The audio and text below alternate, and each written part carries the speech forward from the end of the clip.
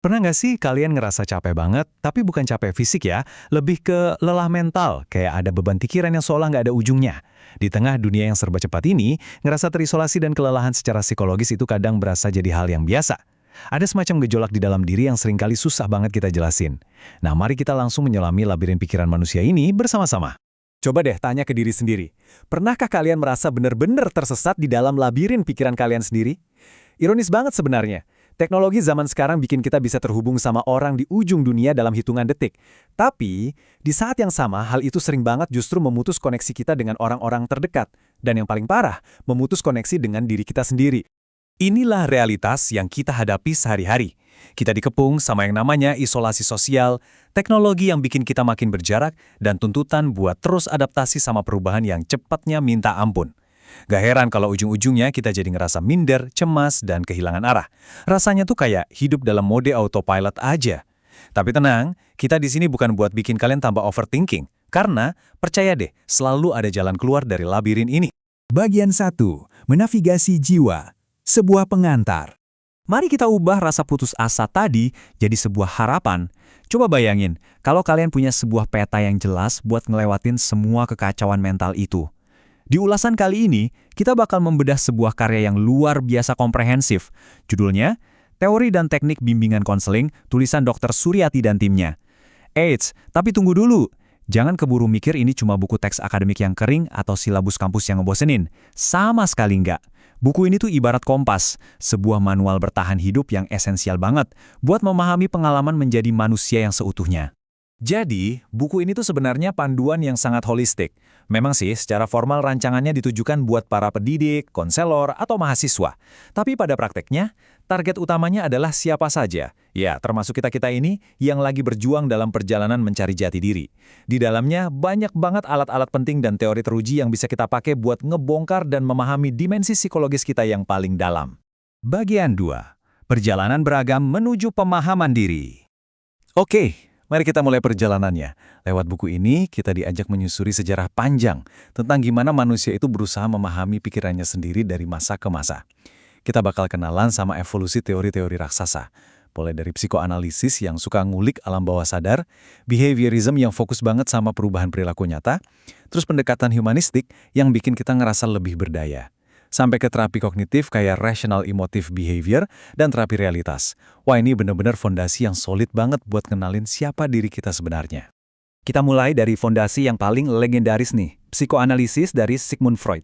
Bayangin aja teori ini tuh kayak ruang bawah tanah di pikiran kita. Di sanalah terjadi pertempuran batin yang nggak pernah kita sadari. Ada id, insting liar dan primitif kita, berhadapan sama super ego yang jadi kompas moral dari masyarakat, sementara ego kita kejepit di tengah-tengah.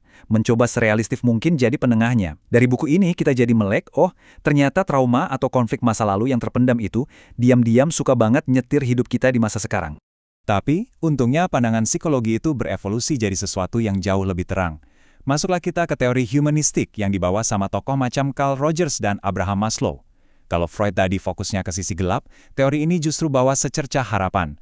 Mereka percaya kalau manusia itu pada dasarnya punya dorongan positif dari sananya untuk mengaktualisasikan diri, mencari kebebasan, dan ngebangun hubungan yang bermakna. Artinya apa? Kita itu punya kekuatan penuh loh untuk menyembuhkan luka batin kita sendiri dari dalam. Bagian 3. Mengurai benang kusut kehidupan. Ya, secara teori kita emang punya potensi hebat buat sembuh, tapi kenyataannya sering banget kita masih kesandung. Kenapa bisa begitu? Nah, disinilah kita dihadapkan sama satu pertarungan sengit di dalam pikiran kita sendiri. Pikiran rasional ngelawan pikiran irasional. Buku ini ngebahas masalah ini dalam banget lewat kacamata Rational Emotive Behavior Therapy dari Albert Ellis. Ternyata tantangan terbesar kita itu bukan orang lain atau dunia luar, melainkan gimana kita sering mensabotase diri kita sendiri pakai pemikiran yang nggak logis, tuntutan yang ketinggian, sampai akhirnya emosi kita jadi berantakan. Dan konflik ini ngepas banget sama satu kutipan brilian dari Albert Ellis. Coba dengerin dan resapi kalimat ini. Manusia terganggu bukan oleh hal-hal yang terjadi, tetapi oleh pandangan yang mereka ambil terhadap hal-hal tersebut. Dalam banget kan? Poin krusialnya adalah penderitaan emosional kita, kecemasan kita, depresi kita, sebagian besarnya itu bersumber dari keyakinan irasional kita sendiri merespon suatu kejadian, bukan dari kejadiannya itu sendiri. Kalau dipikir-pikir, wawasan ini melegakan banget. Karena artinya, kalau kita bisa ngubah cara pandang kita, kita pasti bisa ngubah apa yang kita rasain. Bagian 4. Keunikan panduan ini, sebuah integrasi holistik. Sekarang kalian mungkin mikir, kayaknya banyak deh buku psikologi lain yang ngebahas teori ginian. Disinilah letak keunikan aslinya yang bikin karya ini beda banget dari buku teks psikologi barat pada umumnya.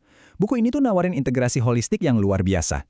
Penulisnya sukses ngabungin fondasi psikologis berbasis sains secara mulus dengan dimensi spiritual yang dalam banget, khususnya lewat wawasan filosofis Islam. Buku ini ngingetin kita kalau manusia itu nggak cuma digerakkan sama logika biologis, tapi juga butuh nutrisi spiritual. Ini benar-benar pendekatan penyembuhan yang komplit, ngebalance kehidupan kita di dunia ini dengan ketenangan batin.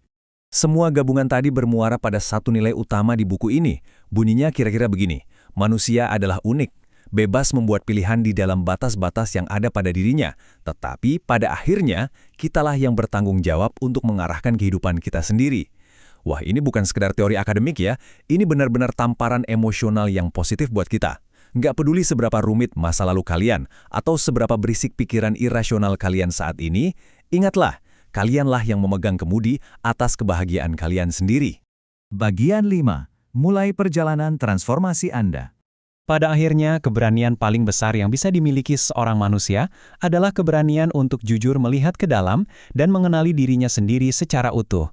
Jadi, beranikan diri kalian, keluar dari rasa minder itu, urai pelan-pelan pikiran irasional yang masih membelenggu, dan temukan lagi titik harmoni antara logika dan spiritualitas kalian.